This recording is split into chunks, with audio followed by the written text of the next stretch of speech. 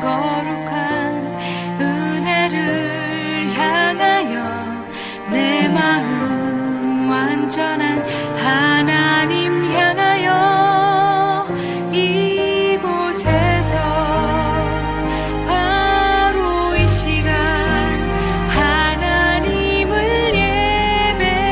예배합니다. 이곳에서 바로 이 시간 하나님을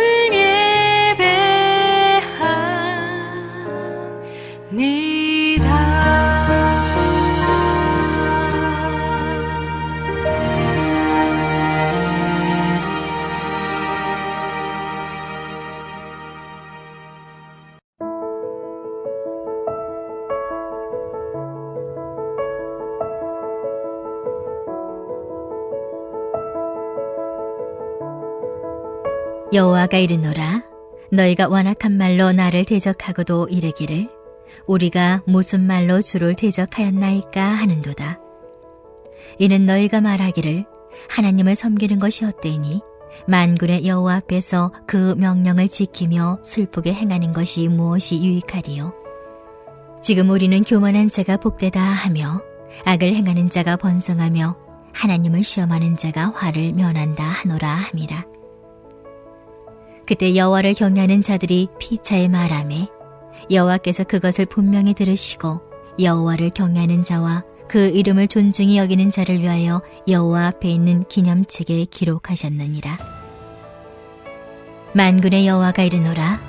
나는 내가 정한 날에 그들을 나의 특별한 소유로 삼을 것이요 또 사람이 자기를 섬기는 아들을 아낌같이 내가 그들을 아끼리니 그때 너희가 돌아와서 의인과 악인을 분별하고 하나님을 섬기는 자와 섬기지 아니하는 자를 분별하리라. 아멘.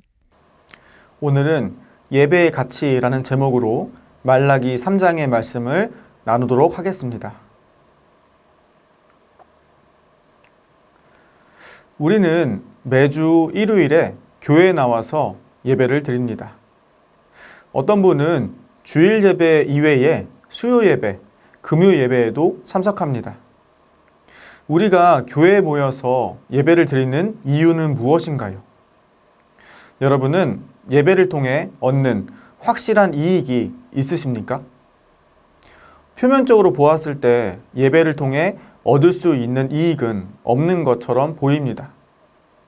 오히려 기독교인이 아닌 사람들의 눈에는 여러분들이 손해를 입고 있는 것처럼 보일 것입니다. 그들은 여러분들이 예배로 인해 시간과 돈, 에너지를 낭비하고 있다고 여깁니다. 여러분이 예배에 참석하지 않았을 때 생기는 이익에 대해서 생각해 보십시오. 여러분은 매주 일요일에 늦잠을 더 잘 수 있습니다. 여러분이 헌금을 하지 않으면 여러분의 돈을 더 저축할 수 있습니다. 여러분은 교회에 나오기 위해 번거롭게 외출 준비를 하지 않아도 됩니다. 그렇다면 여러분은 어떤 이익을 얻기 위해 예배에 참석하고 계십니까? 만약 여러분이 예배의 가치에 대해서 말할 수 없다면 여러분은 종교적인 습관 때문에 예배에 참석하는 것일 수도 있습니다. 또는 여러분은 마음의 위안을 얻기 위해서 예배에 참석하는 것일 수도 있습니다. 우리는 예배가 우리에게 어떤 가치가 있는지 분명하게 알아야 합니다. 이와 관련해서 우리 신앙인들은 아래 질문에 대해 답을 해야만 합니다. 하나님을 섬기는 것은 무의미한가? 이 질문은 말라기에서 다루고 있는 6개의 논박 중 마지막 논방에 해당합니다. 말라기 3장 13절에서 15절입니다. 여호와가 이르노라. 너희가 완악한 말로 나를 대적하고도 이르기를 우리가 무슨 말로 주를 대적하였나이까 하는도다. 이는 너희가 말하기를 하나님을 섬기는 것이 헛되니 만군의 여호와 앞에서 그 명령을 지키며 슬프게 행하는 것이 무엇이 유익하리요. 지금 우리는 교만한 자가 복되다 하며 악을 행하는 자가 번성하며 하나님을 시험하는 자가 화를 면한다 하노라 함이라. 하나님을 섬기는 것이 헛되니, 놀랍게도 이 말은 하나님의 백성 이스라엘이 한 말이었습니다. 그들이 하나님께 이렇게 무례하고 모욕적인 말을 했던 이유는 무엇일까요?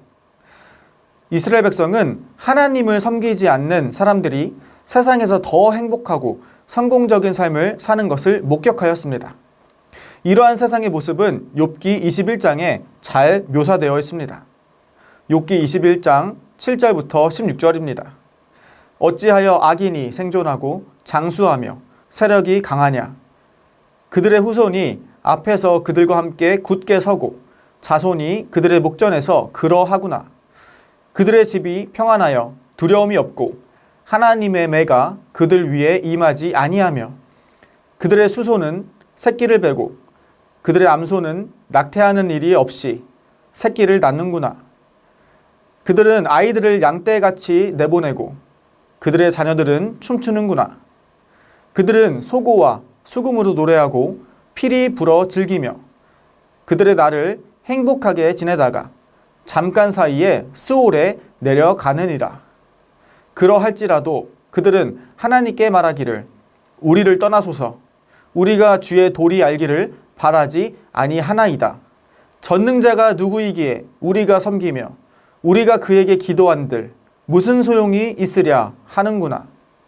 그러나 그들의 행복이 그들의 손안에 있지 아니하니 악인의 계획은 나에게서 멀구나. 다시 말라기 3장 14절로 돌아갑니다. 만군의 여호와 앞에서 그 명령을 지키며 슬프게 행하는 것이 무엇이 유익하리요? 이 구절이 의미하는 것은 구약의 제사에서 나타나는 제의적인 통곡을 의미합니다. 제의적인 통곡은 하나님을 위한 것이 아닌 자기 만족적인 종교적 의식으로 변질되었습니다. 즉, 하나님을 위한 예배가 사람을 만족시키는 예배로 변질되었다는 뜻입니다. 이스라엘은 하나님을 경외하지 않는 사람들의 부유하고 행복한 삶을 동경하였습니다. 이스라엘 사람들은 교만한 사람들로 변했고 더 이상 하나님을 경외하지 않았습니다. 말라기 3장 16절입니다.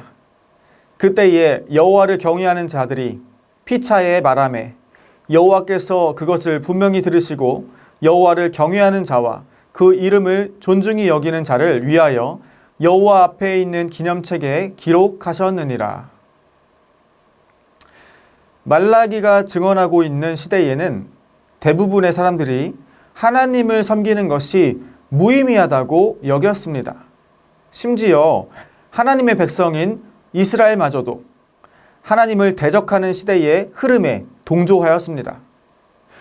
그러나 이때에도 소수의 의인들은 존재하였습니다. 그들은 변함없이 하나님을 경외하는 삶을 살았습니다. 그 이유는 그들에게 하나님의 정의는 반드시 승리한다는 믿음이 있었기 때문입니다. 하나님은 이러한 의인들의 믿음의 고백을 분명히 들으시고 그들의 이름을 기념책에 기록하셨습니다. 기념책은 생명책의 다른 이름입니다. 이 책에 기록된 모든 사람은 심판의 날에 구원을 얻는 자격을 얻게 됩니다. 이 사실은 다니엘 12장에 기록되어 있습니다. 다니엘서 12장 1절입니다. 그때에 내 민족을 호위하는 큰 군주 미가엘이 일어날 것이요 또 환란이 있으리니 이는 개국 이래로 그때까지 없던 환란일 것이며 그때에 내 백성 중 책에 기록된 모든 자가 구원을 받을 것이라. 말라기에서 언급하는 기념책은 에스더에서 언급하는 기억의 두루마리와 같은 의미를 가지고 있습니다. 에스더 6장 1절에서 3절입니다. 그날 밤에 왕이 잠이 오지 아니하므로 명령하여 역대 일기를 가져다가 자기 앞에서 읽히더니 그 속에 기록하기를 문을 지키던 왕의 두 넷이 박디니와 데레스가 아하수에로 왕을 암살하는 음모를 모르드게가 고발하였다 하였는지라. 왕이 이르되 이 일에 대하여 무슨 존귀와 관직을 모르드게에게 베풀었느냐 하니 측근 신하들이 대답하되 아무것도 베풀지 아니하였나이다 하니라. 모르드게는 왕을 암살하려는 사람들을 고발하였습니다. 모르드게의 충성스러운 행동은 세상에 드러나지 않았습니다. 그러나 그의 선행은 결국 역대 일기를 통해서 왕에게 알려지게 되었습니다. 이로 인해 모르드게는 왕에게 칭찬을 받고 영광스러운 자리에 앉게 되었습니다. 이것은 드러나지 않는 의인의 삶을 하나님께서 기억하시고 반드시 보상하신다는 것을 의미하는 이야기입니다. 말라기 3장 17절에서 18절입니다. 만군의 여호와가 이르노라. 나는 내가 정한 날에 그들을 나의 특별한 소유로 삼을 것이요 또 사람이 자기를 섬기는 아들을 아낌없이 아낌같이 내가 그들을 아끼리니 그때에 너희가 돌아와서 의인과 악인을 분별하고 하나님을 섬기는 자와 섬기지 아니하는 자를 분별하리라. 정의로우신 하나님은 심판의 날에 의인과 악인을 분별하실 것입니다. 심판의 날에 하나님이 의인들의 신실함에 대해 반드시 보상하실 것입니다. 또한 의인들은 특별한 지위를 가지고 악인들을 복종시킬 것입니다. 말라기 4장 2절에서 3절입니다. 내 이름을 경외하는 너희에게는 공의로운 해가 떠올라서 치료하는 광선을 비추리니 너희가 나가서 외양간에서 나온 송아지같이 뛰리라. 또 너희가 악인을 밟을 것이니 그들이 내가 정한 날에 너희 발바닥 밑에 재와 같으리라. 만군의 여호와의 말이니라. 심판의 날에 하나님은 악인들의 죄에 대해 반드시 징벌을 내리실 것입니다. 말라기 4장 1절입니다. 만군의 여호와가 이르노라. 보라, 용광로 불같은 날이 이르니니 교만한 자와 악을 행하는 자는 다 지푸라기 같을 것이라.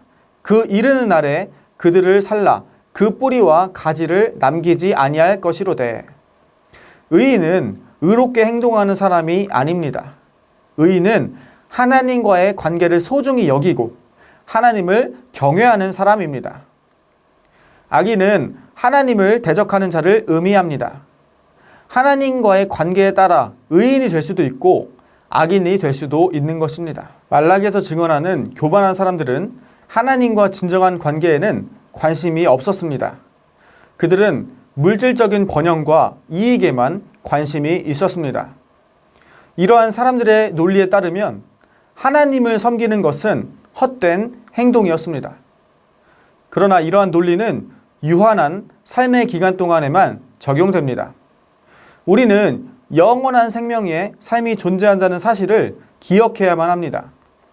하나님은 우리의 헌신과 예배를 반드시 기억하실 것입니다. 이로 인해 우리의 이름은 생명책에 기록되어 심판의 날에 구원을 얻을 것입니다. 그러나 진정한 구원은 우리의 의로운 행동을 통해 얻는 것이 아닙니다. 정의로운 하나님 앞에서 죄인인 우리는 우리의 의를 나타낼 수 없습니다. 우리는 하나님의 사랑과 긍휼로 나타나신 예수 그리스도가 필요합니다. 로마서 8장 38절에서 39절입니다.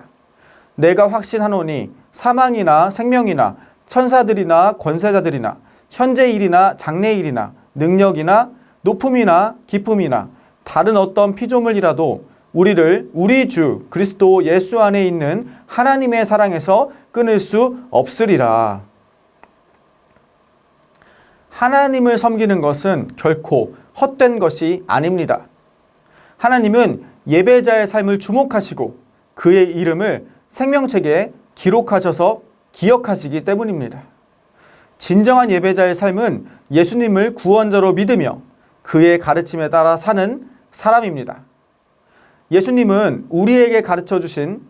예수님께서 우리에게 가르쳐 주신 삶은 무엇입니까? 그것은 하나님을 예배하는 삶이며 이웃을 사랑하는 삶입니다.